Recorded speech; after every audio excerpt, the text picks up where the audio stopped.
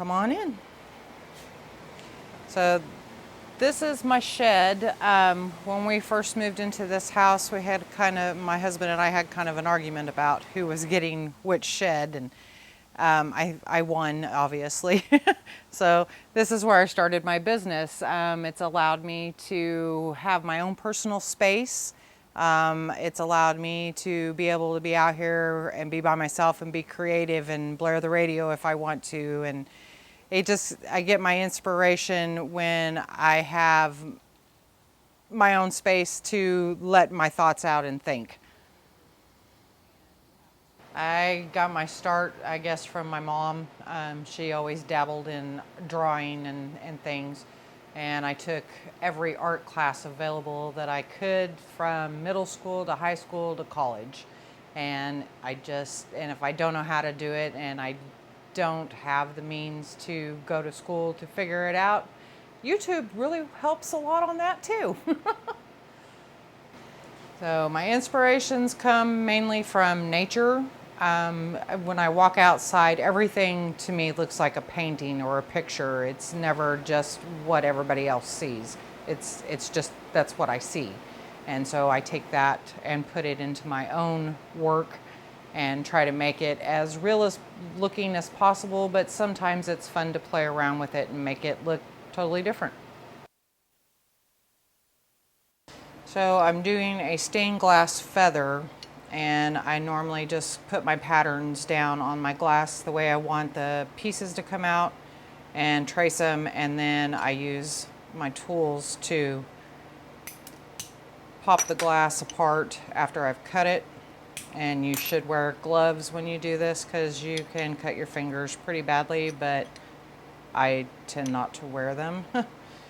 And then when you're all done and you put your copper foil on there and you solder it all together, you end up with feathers. So these are just a few of them that I've done. So these are some of my pour paints. These are called dirty pours because when you create these, you don't layer the paints onto the canvas one at a time. You pour them into a cup, layer after layer after layer, and you just repeat your colors till you get the amount that you need for your size of canvas. And then you flip it over on your canvas and pull the cup up, and it just spreads everywhere. And then it makes its own design as you tilt your canvas to get rid of the excess paint. And then you just let them dry, and that's what you come up with. Do you have a favorite? Yeah, this black and white one is my favorite, so. It's just dark and mysterious. So talk to me about this fish bowl here. So I like to upcycle. So this is just a crystal, like candy jar, and then this is a globe off of a ceiling light. So I flipped it over, glued them together, and then painted it, and you put the lights in there, and at night it looks like a little fish bowl with fish swimming around in it. So I paint cow skulls. I don't know what my fascination with it is, but they turn out really well. I've done one for Colorado, and it's got the mountains on it. I've done one for Texas, one for Oklahoma. I attempted a pour paint on this one, which turned out really, really well. This one, I don't know what I'm doing with him yet. This is a complete pig skull, and this is a jaw of a pig.